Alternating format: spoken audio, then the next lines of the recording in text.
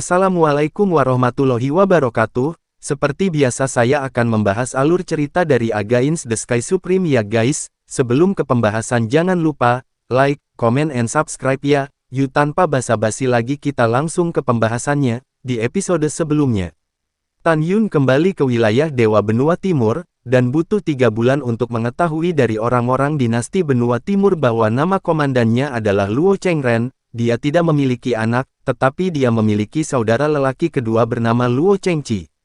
Sebulan kemudian, wosh! Seorang lelaki tua berambut putih berjubah hijau terbang dari langit dan mendarat di bawah menara kota. Saudara kedua, mengapa kamu di sini? Ucap Luo Chengren di menara menatap Luo Chengqi dan berkata sambil tersenyum. Kakak, setelah saudara kedua meninggalkan Bea Cukai, saya mengetahui bahwa saudara laki-laki di sini untuk menjaga tempat ini. Jadi saya datang untuk melihat kakak laki-laki, ucap Tan Yun yang menyamar sebagai Luo Chengqi, berkata sambil tersenyum. Ayo cepat, ucap Luo Chengren memberi isyarat kepada Tan Yun. Oke, Tan Yun tersenyum, melayang ke udara, mendarat di menara, dan berdiri berhadap-hadapan dengan Luo Chengren. Tidak buruk, aku belum melihatmu selama bertahun-tahun, wilayahmu akhirnya meningkat pesat, dan kamu telah dipromosikan ke tingkat ke-6 dari alam Kaisar Dao. Luo Chengren bertanya setelah terlihat terkejut, kamu datang sepanjang jalan, bukankah sesederhana hanya ingin melihat kakak laki-laki, ucap Luo Chengren. Tentu saja tidak, Tan Yun tersenyum dan berkata dengan suara rendah, kakak, saudara kedua ingin memperbaiki pil Tao tertinggi, tapi itu hanya rumput yang menembakkan pasir jenis air. Ini berisi pasir, rumput gembala ada di lautan iblis. Saya tidak ingin Anda bersikap lunak dan biarkan saya keluar. Saudaraku, aku berjanji untuk kembali selama aku menemukan rumput gembala pasir, ucap Tan Yun. Mendengar ini, Luo Chengren dengan ekspresi malu, dia menggelengkan kepalanya dan berkata, saudara kedua, bukan karena saudara tertua tidak mau membantu, tetapi Kaisar telah memerintahkan agar tidak ada yang meninggalkan wilayah Dewa Benua Timur satu langkah, ucap Luo Chengren. Saudaraku, tolong bantu, Tan Yun memohon. Aku benar-benar perlu menembak rumput di pasir. Selain itu, Kaisar tidak mengizinkan siapapun pergi, itu untuk mencegah Protoss kuno abadi melarikan diri dari wilayah Dewa Benua Timur kontinental. Aku berbeda, aku adikmu, aku pikir Kaisar tidak akan marah ketika dia mengetahuinya, ucap Tan Yun. Setelah mendengarkan, Luo Chengren ragu-ragu dan berkata, baiklah, saudara kedua, bisakah kembalilah lebih awal, ucap Luo Chengren. Baik saudara, ucap Tan Yun sambil tersenyum. Luo Chengren mengulurkan token dengan tangan kanannya. Setelah seberkas cahaya meletus di token, itu naik ke langit. Segera, ketika langit yang kosong dari hal-hal bergetar sedikit, formasi langit mengikis layar muncul. Sebuah pintu raksasa transparan ditransformasikan ke dalamnya. Tunggu, tepat ketika Tan Yun hendak terbang keluar dari formasi besar, suara dingin terdengar di langit, dan pada saat berikutnya, 8 lelaki tua berambut putih terbang dengan kecepatan tinggi dan mengepung Tan Yun di tengah.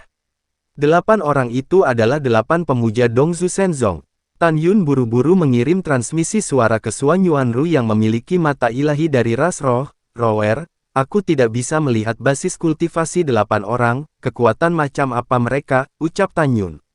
Di antara 8 orang, 2 berada di tingkat ketiga alam leluhur Tao, 3 berada di tingkat keempat, dan 3 berada di tingkat kelima, ucap Suan Yuanru. Tepat setelah Suan Yuanru mengirim transmisi suara Tan Yun, Yu Yunxi di menara juga menanyakan status 8 orang Suan Yuanru. Setelah belajar kekuatan 8 orang, mata indah Yu Yunxi menunjukkan pandangan tegas, dan diam-diam berkata, Tan Yun jelas bukan lawan dari 8 orang, tidak peduli apa, aku akan melindunginya, ucap Yu Yunxi di dalam hatinya. Tepat ketika Yu Yunxi memikirkannya, Tan Yun menjadi gugup ketika dia mendengar basis kultivasi yang diabadikan oleh 8 pemuja, dan kemudian berpikir bahwa pihak lain juga memiliki Luo Chengren yang berada di tingkat ketiga alam leluhur Tao. Tan Yun tahu betul bahwa ketika dia membantai Zentian Shencheng, dia melakukan semua yang dia bisa untuk membunuh Hu Feng, penguasa kota tingkat ketiga dari alam leluhur Tao. Sekarang, di antara 9 orang di depannya, 3 di antaranya adalah alam leluhur Tao tingkat ketiga, 3 adalah leluhur Tao tingkat keempat, dan 3 leluhur Tao di alam tingkat kelima. Begitu perang dimulai, sama sekali tidak ada kemungkinan dia selamat. Bagaimana mungkin Tan Yun tidak gugup? Tan Yun menelan ludahnya, melirik 8 pentahbisan, dan menatap Luo Chengren, berpura-pura berhati-hati. Saudaraku, siapa 8 senior ini, ucap Tan Yun. Saudara kedua, mereka adalah 8 pentahbisan Dongzu Shenzong, ucap Luo Chengren. Setelah Luo Chengren selesai berbicara, dia mengepalkan tinjunya ke arah 8 pemuja agung dan berkata, teman-teman, ini saudara keduaku Luo Chengqi, dia harus pergi ke Laut Iblis untuk menemukan beberapa obat ajaib untuk membuat pil obat. Dia sendiri, biarkan dia pergi, tidak akan ada masalah, ucap Luo Chengren. Mendengar ini, 7 pemuja utama memandang pemuja agung. Ini, pemuja agung itu menggelengkan alis putihnya, saudara Luo, kamu benar-benar mempermalukan saudaramu, kamu tahu, ketua sekteku juga memerintahkan agar tidak ada yang meninggalkan wilayah Dewa Benua Timur, ucap pemuja besar. Luo Chengren buru-buru memelototi Tan Yun dan mendesak, saudara kedua, apa yang masih kamu lakukan, cepat dan berbakti kepada 8 bersaudara, ucap Luo Chengren. Tan Yun tersenyum, membalikkan tangan kanannya, dan 8 cincin leluhur muncul di tangannya, dengan menyanjung dengan tersenyum, dia berkata, 8 senior, tidak ada harta langka pada junior, dan hanya ada satu hal yang umum. Saya juga meminta para senior untuk tidak menertawakan. Senior, yakinlah, junior tidak akan pernah memberitahu siapapun para senior membiarkan para junior pergi, ucap Tan Yun.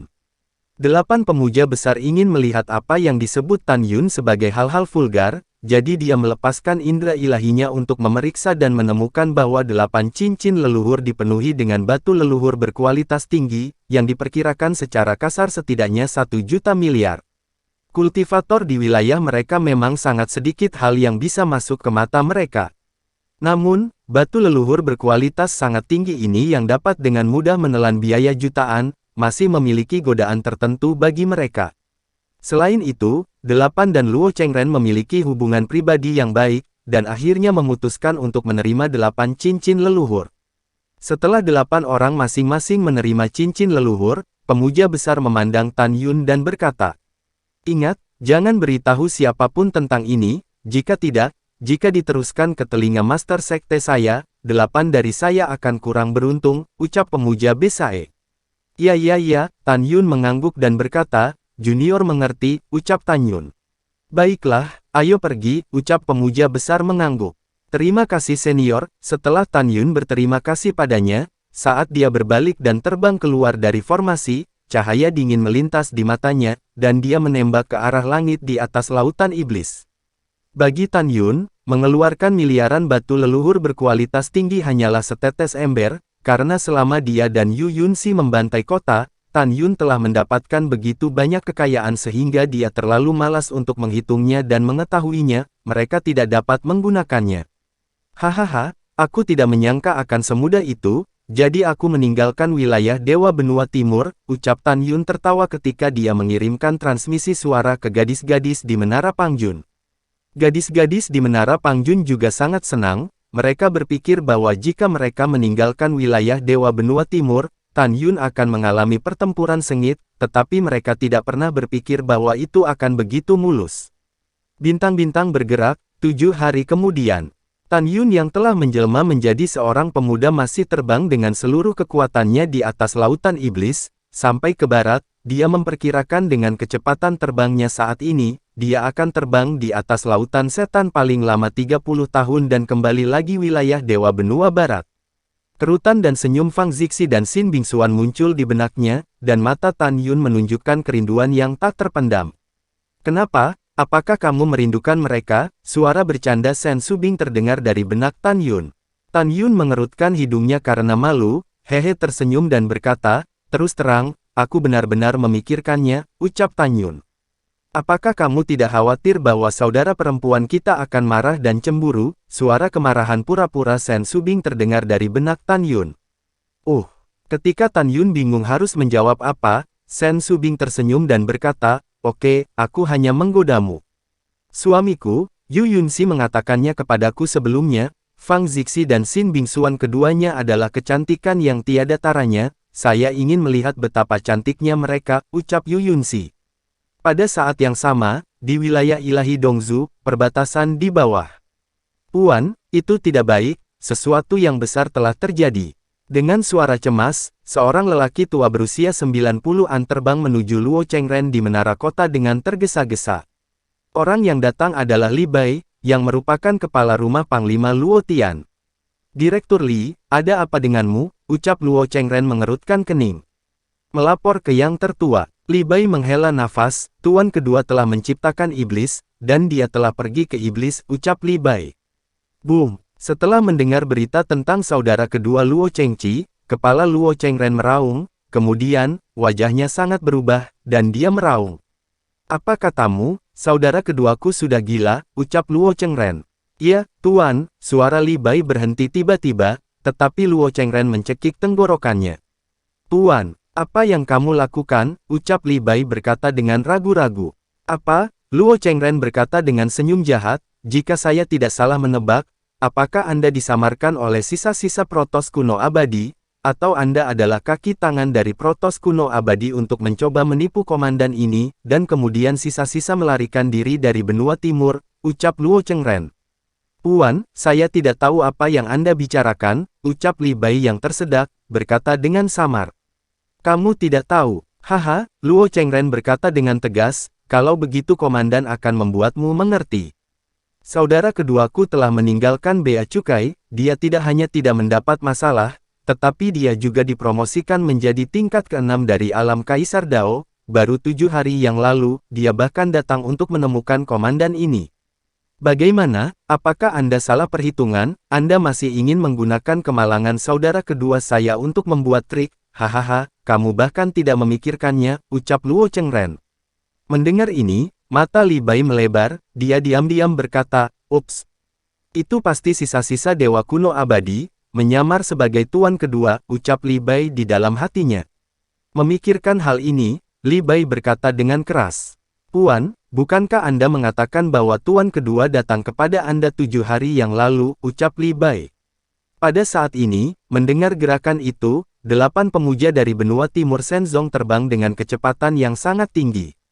Semua orang di sini tepat pada waktunya, ucap Luo Chengren mengabaikan Li Bai, masih mencekik leher Li Bai, dan berkata sambil tersenyum, orang ini berpura-pura menjadi direktur Panglima Luo Tian saya, dan ingin mengelabui komandan ini agar pergi.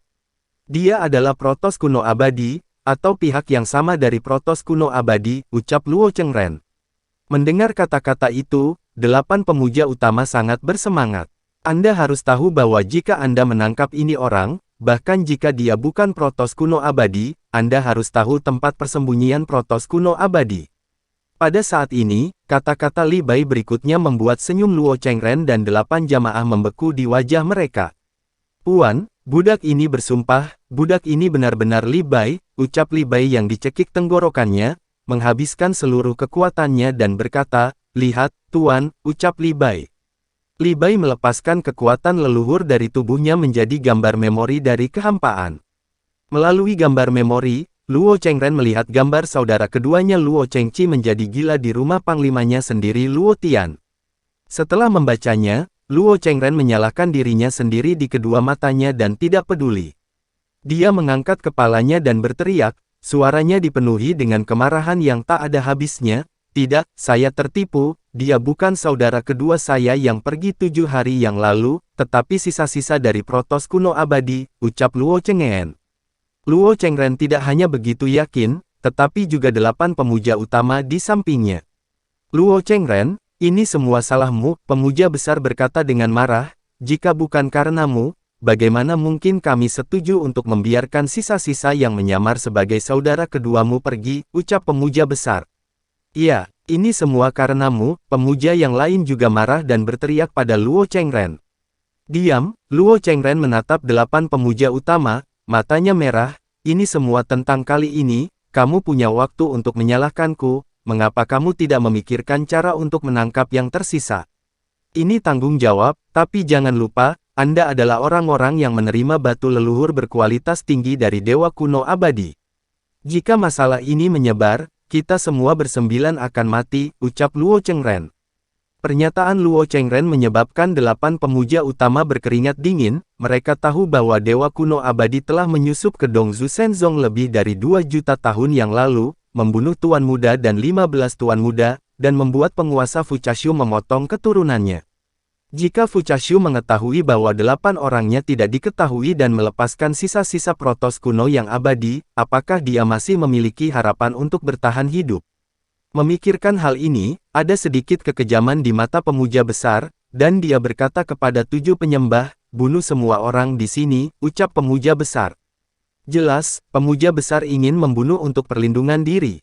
Oke, menanggapi pemujaan kedua, kepala Li Bai dihancurkan dengan telapak tangan, dan kabut darah memenuhi udara, dan Li Bai meninggal di tempat. Setelah itu, 7 pemuja utama mengorbankan pedang ilahi mereka satu demi satu, membunuh jutaan dewa dinasti leluhur Dongzhou di bawah gerbang kota. Jutaan dewa ketakutan dan ingin melarikan diri untuk hidup mereka, namun, betapa tak berdaya dan lemahnya mereka menghadapi pembantaian para penyembah kedua, 3, 4, 5, 6, 7, dan 8. Hentikan semuanya, Luo Chengren meraung dengan air mata di matanya. Ketika dia ingin menghentikannya, dia menjentikkan ke udara dan memblokir Luo Chengren. Jika kita 9 ingin selamat, kita harus membunuh mereka semua. Tapi, begitu Luo Chengren membuka mulutnya, dia dipotong oleh pemuja besar. Tidak ada apa-apa selain penyebab kematian mereka, hanya kita 9 yang tahu. Beritahu Sekte Master dan Kaisar Agung, katakan saja bahwa mereka dibunuh oleh Protoss kuno yang abadi, ucap pemuja Besae. Setelah pemuja besar meninggalkan sebuah kalimat, dan 7 pemuja lainnya, mereka mulai membunuh dewa-dewa yang hidup. Aduh, setelah Luo Chengren menghela nafas, dia membalikkan hatinya dan membunuh semua dewa dengan 8 pemuja utama. Bagaimana sekarang, ucap Luo Chengren mengerutkan kening. Sisa-sisa dewa kuno abadi, setelah pergi melarikan diri ke arah wilayah ilahi benua barat, atau melarikan diri ke arah wilayah ilahi benua selatan dan wilayah ilahi benua utara. Pada saat itu, kita juga bisa mendapatkan hadiah besar, ucap pemuja besar. Pemuja lainnya dan Luo Chengren mendengar kata-kata itu dan langsung cocok. Setelah itu, pemuja besar, 7 pemuja lainnya pergi menuju alam Dewa Shizu. Pemuja kedua, pemuja ketiga, pemuja keempat, dan pengejaran menuju domain Dewa Beizu. Pemuja kelima, pemuja keenam, dan Luo Chengren, lalu Nanzu pergi ke arah domain Dewa, mereka bertiga meluncurkan pengejaran 3 arah terhadap Tan Yun. Dalam sekejap mata, setengah bulan telah berlalu. Pada saat ini, pemuja besar mengendarai kapal leluhur Tao tingkat menengah, membawa pemuja ke-7 dan ke-8 dari alam leluhur Tao tingkat ketiga, mengejarnya sampai ke barat. Dalam perjalanan untuk mengejar, 3 kultivator melepaskan kesadaran spiritual mereka secara ekstrim dan mengamati langit di atas laut. Hei, sepertinya sisa-sisa Protoss kuno abadi tidak melarikan diri ke arah wilayah Dewa Benua Barat, ucap pemuja ke-8 sangat kecewa. Hal yang sama berlaku untuk pemuja lainnya. Pada saat ini, pemuja tingkat kelima alam leluhur Dao tiba-tiba menemukan sesuatu, dan matanya yang keruh menunjukkan kegembiraan. Yang ke-7, yang ke-8, saya menemukannya. Saya menemukannya. Sisa-sisa terkutuk itu menuju ke arah Kiki melarikan diri, meskipun dia menyamar sebagai pemuda lagi, tapi aku yakin itu pasti dia, pemuja besar itu. Alasan mengapa yang diabadikan pasti Tan Yun adalah karena dia dapat melihat bahwa pemuda itu juga berada di tingkat ke-6 dari alam Kaisar Dao. Bagaimana mungkin ada kebetulan seperti itu di benaknya? Pemuja besar, apakah kamu mengatakan yang sebenarnya, ucap pemuja ke-7 dan ke-8 muncul pada saat yang bersamaan. Karena keduanya tidak sekuat pemuja besar, mereka tidak mengetahui bahwa ada seseorang di ujung langit barat. Tentu saja itu benar, pemuja besar itu berkata di sini, dan berkata dengan dingin, penjahat ini seharusnya merasa bahwa indera ilahiku mengintip, dan dia jelas-jelas mempercepat lagi, ucap pemuja besar. Pada saat yang sama, ekspresi Tan Yun sangat bermartabat, dan kekuatan Kaisar Angin Dao menembus tubuhnya, kecepatannya meningkat 30%, dan dia terbang ke barat dengan kecepatan ekstrim. Tan Yun, ada apa? Suamiku, apa yang terjadi? Yu Yunxi dan para gadis mengetahui bahwa Tan Yun yang telah berbicara dan tertawa sebelumnya, tiba-tiba mengubah wajahnya dan mempercepat, jadi transmisi suara pertanyaan. Tan Yun melepaskan kekuatan Kaisar Angin Tao, dan sambil berlari dengan panik untuk hidupnya, dia mentransmisikan suara. Saya merasakan kesadaran tirani mengunci saya, seharusnya insiden aku menyamar sebagai Luo Chengqi telah terungkap, dan sekarang saya sedang diekspos oleh orang lain, dan dikejar. Dilihat dari indera ilahi, saya menduga bahwa kekuatan orang yang masuk setidaknya tingkat keempat dari alam leluhur Dao, ucap Tan Yun. Mendengar ini, kecuali Yu Yunxi yang masih tenang, gadis-gadis lain menunjukkan kepanikan. Suamiku, apa yang akan kamu lakukan? Ucap Ji Yuyan mentransmisikan suaranya. Tidak ada cara lain selain melarikan diri dulu, jika aku benar-benar diburu, aku harus bertarung, ucap Tan Yun. Ketika Tan Yun mengirim transmisi suara ke gadis-gadis itu, suara seorang lelaki tua yang penuh dengan niat membunuh tiba-tiba terdengar di benaknya. Sialan, kamu tidak bisa melarikan diri, ucap suara itu. Tan Yun menutup telinga, dan terus melarikan diri ke barat. 10 hari telah berlalu, Tan Yun melepaskan kesadaran ilahinya saat melarikan diri, dan akhirnya menemukan 3 pemuja yang mengendarai Shenzhou melintasi laut yang jauh di belakangnya. Ups, Tan Yun membeku di dalam hatinya, dengan kecepatannya, dia bisa menyusulku paling lama dalam sebulan, saatnya bertarung, ucap Tan Yun. Langkah ilahi Hongmeng. Saat Tan Yun melakukan langkah ilahi Hongmeng, kecepatannya beberapa kali lebih cepat dari sebelumnya. Namun meski begitu, Tan Yun menemukan melalui indera ilahinya bahwa kecepatannya masih kalah dengan kecepatan leluhur Tao kelas menengah Shenzhou. Tapi untungnya, waktu yang dibutuhkan untuk dijebak lawan bisa diperpanjang puluhan kali lipat. Pada saat yang sama, kecepatan kekuatan leluhur yang dikonsumsi oleh langkah ilahi Hongmeng Tan Yun lebih cepat daripada melahap batu leluhur terbaik untuk memulihkan kekuatan leluhur di tubuhnya. Saat ini, Tan Yun tidak bisa lagi mempertimbangkan ini. Setelah memikirkannya begitu lama, dia mati-matian berlari untuk hidupnya. Musim berganti, 8 tahun kemudian. Dalam 8 tahun pelarian panik, Tan Yun telah datang ke tepi area terlarang di tengah Laut Iblis. Laut di bawah Tan Yun telah menjadi gelap gulita lebih dari 2 juta tahun yang lalu. Yu Yunxi ada di sana ketika dia melihat wajah wanita di laut. Di Menara Panjun, Yu Yunxi melepaskan indera ilahinya, mengamati air laut yang gelap di bawah, dan akhirnya menemukan bahwa wanita yang mengaku sebagai bibinya pada awalnya tidak muncul lagi. Hahaha, kamu tidak bisa lepas sisa-sisa abadi dewa kuno. Suara tawa liar yang diabadikan oleh benua timur Shenzong bergema di langit. Selama 8 tahun pengejaran, pemuja besar mengemudikan Shenzhou, membawa pemuja ke-7 dan pemuja ke-8, dan muncul dalam jutaan mil kehampaan di belakang Tan Yun. Pada saat ini, tetesan keringat di dahi Tan Yun mengalir di pipinya, matanya menunjukkan sentuhan tekad, dan dia mengirim transmisi suara ke gadis-gadis di Menara Panjun.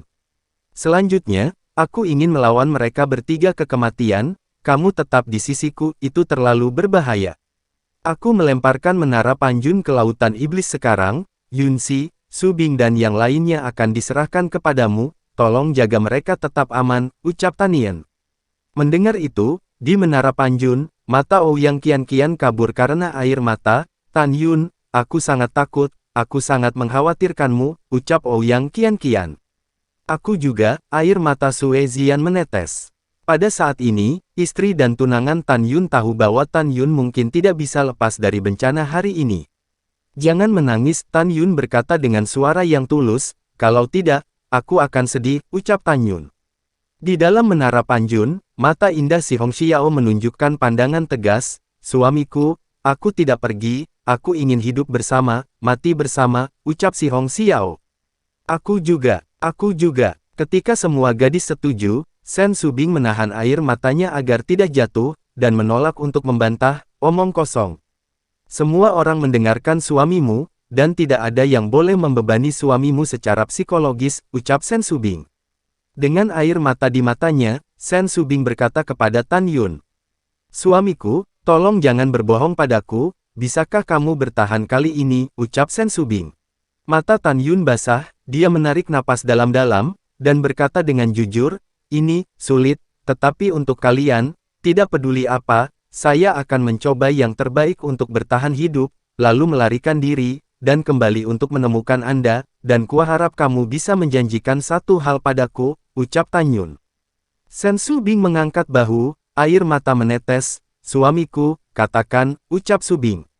Jaga mereka untukku, Tan Yun berkata, jaga kakek dan orang tua dari alam semesta yang lebih rendah untukku, juga, mulai sekarang kamu akan berada di kuil Tianmen. Ketika kamu melihat Fang Zixi, Xin Bingxuan, dan yang lainnya, minta maaflah untukku. Saya berjanji kepada mereka bahwa aku akan kembali hidup-hidup, tetapi hari ini saya khawatir tidak ada kesempatan, ucap Tan Yun. Jangan khawatir, saya pasti akan, ucap Sen Subing. Sen Subing mendengarkan kata-kata seperti perpisahan Tan Yun, hatinya dipelintir seperti pisau. Terima kasih, ucap Tan Yun. Setelah Tan Yun mengirim transmisi suara ke Sen Subing, penyesalannya bergema di Menara Pangjun. Jika aku Tan Yun tidak mati, aku akan menghabiskan sisa hidupku bersamamu. Kamu harus menjaga dirimu sendiri, kamu bisa menyalahkanku, kamu bisa membenciku, tetapi kamu harus hidup, ucap Tan Yun. Pada titik ini, suara cemas Tan Yun terdengar lagi, mereka adalah akan menyusul, kamu hati-hati, aku mencintaimu, dan tak tergoyahkan, ucap Tan Yun. Setelah transmisi suara Tan Yun, dia menukik ke bawah, menyelam ke dalam air yang gelap gulita, dan dengan cepat melemparkan pagoda Panjun dari mansetnya dan terbang menuju laut. Di pagoda Panjun yang tenggelam, air mata semua putri mengaburkan pandangannya. Setelah Yu Yunxi mengendalikan menara Panjun agar tidak tenggelam, dia menatap semua orang dengan tatapan tegas di matanya, jangan khawatir, aku tidak akan pernah membiarkan Tan Yun melakukan apapun. Kalian semua tinggal di menara Panjun, aku akan keluar, ucap Yu Yunxi. Ketika Yu Yunxi hendak pergi, dia ditarik oleh Sen Subing. Yunxi, kamu tidak bisa pergi, ucap Sen Subin. Saudari Sen, kamu tidak perlu mengkhawatirkanku, Yu Yunxi berkata, aku bukan orang biasa, aku pasti bisa menyelamatkan Tan Yun. Tan Yun telah menyelamatkanku berkali-kali, membantuku, dan aku tidak akan pernah melihatnya mati, ucap Yu Yunxi. Setelah meninggalkan kalimat, Yu Yunxi terbang keluar dari Panjun Menara dan berenang ke atas di air danau yang gelap. Gadis-gadis Sen Subing meninggalkan Menara Panjun satu demi satu. Setelah Sen Subing menyingkirkan Menara Panjun, dia dan gadis-gadis itu berenang ke atas. Setelah beberapa saat, mereka mengintai di laut, memegang napasnya dan menatap langit. Lalu setelah itu, bagaimanakah kelanjutan ceritanya? Next di episode berikutnya ya. Wassalamualaikum warahmatullahi wabarakatuh.